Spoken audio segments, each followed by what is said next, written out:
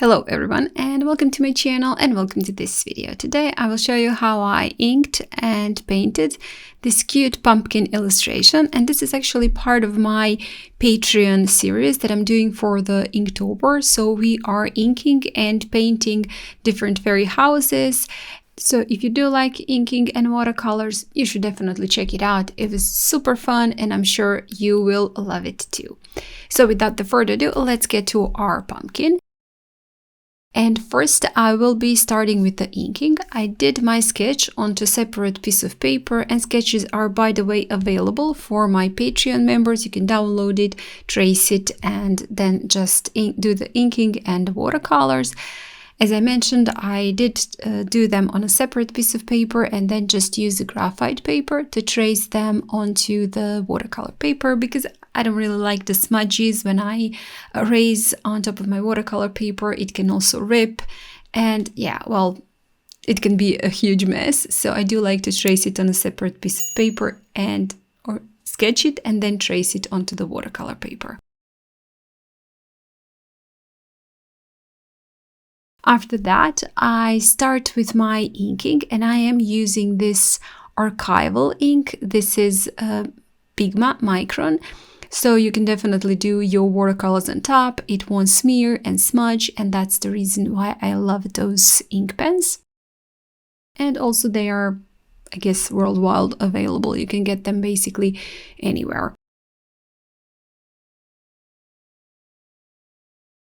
I do my basic inking first. So I go just on top of the ink, on top of the sketch that I drew, and just do that basic inking. This is actually A4 size paper, so I am using 03 ink pen and also 01 for a little bit more of the details. And I start with just going on top of the lines that I drew for my sketch. And when I finish with that, I do a little bit of the embellishments, shading, as you can see right now.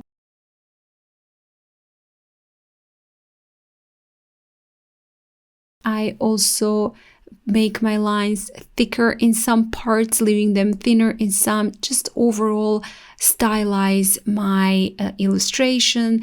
And you can see at the end how huge difference just a little bit of the ink makes, how different our illustration looks with just that basic inking and then with those embellishment and a little bit of the styling. Quite simplistic, but it does mean a lot.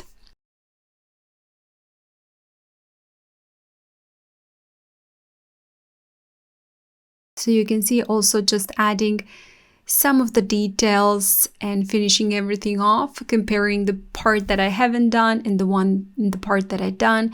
The finished part actually looks like it was printed, something out of print and not done with the hand. And that's what I really do love about the inking, how you can just make your illustration at the end quite magical, and it looks really, really beautiful and gorgeous with that just a little bit of the ink. And it is Inktober after all, so why not do the little bit of the inking? And it is Halloween, so why not do a little bit of the Halloween themed inking and do some pumpkin fairy house.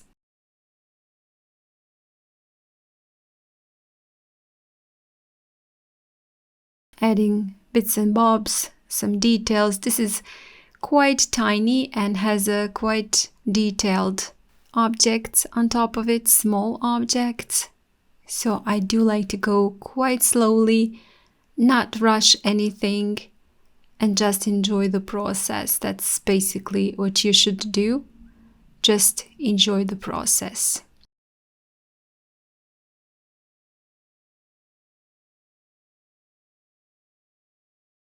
Again, adding a bit of the shading, and I'm just shading with just the straight lines.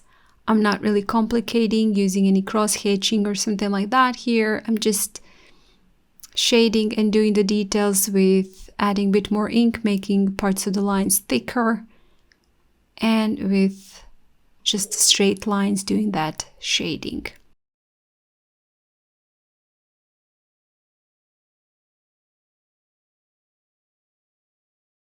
small little mushrooms, just stylizing them. And also adding a little bit of the grasses around, some details. And this is definitely optional. You can do your details, whatever you like to add and to paint. You can definitely add here. And since I will be adding watercolors on top of my ink, I won't really go overboard with the inking, but I will leave a little bit more of the details for the watercolors.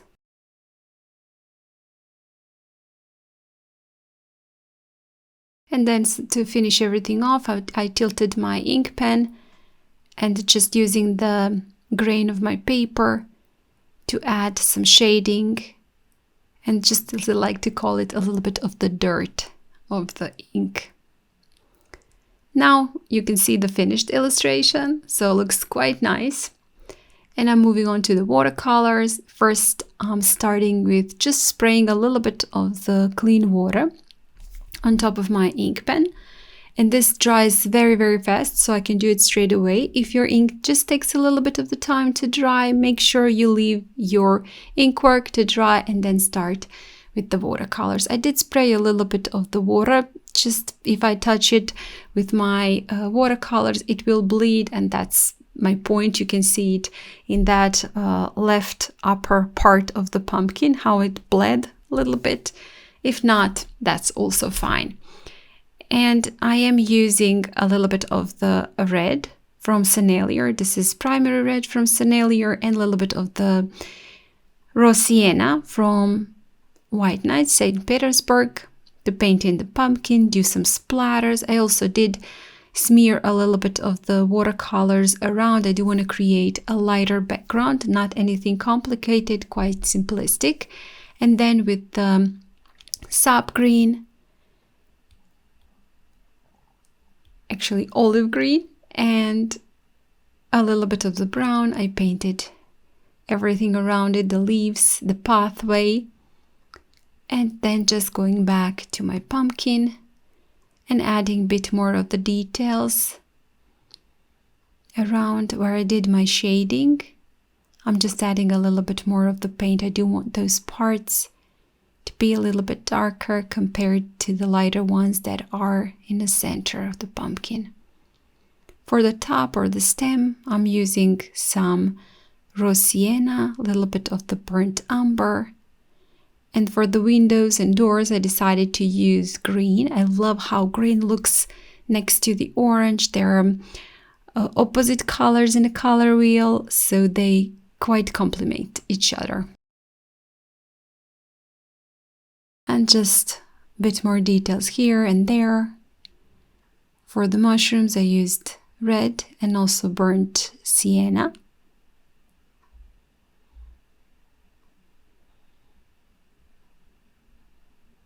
And orange for the pumpkins.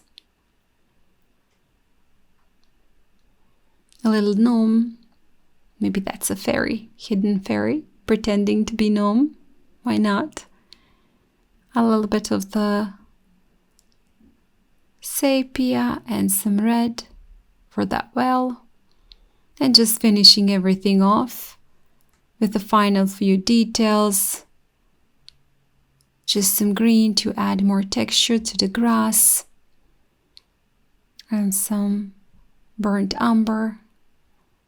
Also to add a bit more texture to the pathway.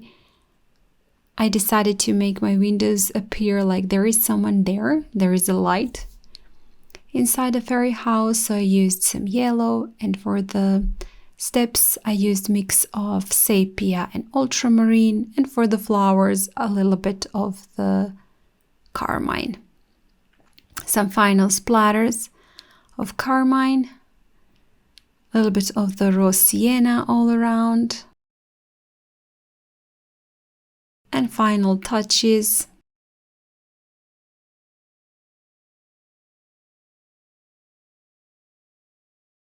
All the way again around. And with that, our fairy house is done. So I hope you guys enjoyed it. I did actually push into 9 minutes what we did for, I'm not sure, hour and a half, more than hour and a half it took to actually finish this illustration. So if you would like to see it from the beginning to the end in real time and all the other illustrations of our fairy houses, make sure you check out my Patreon. So if you do like this video, please hit the like button, share it, and comment. I would really appreciate to see what you think about it. And if you haven't still subscribed to my channel, I have many tutorials here for beginners and advanced painters, and I'm sure you will find something for yourself. Again, thank you so much for joining me today. Happy Halloween, and see you next time. Bye!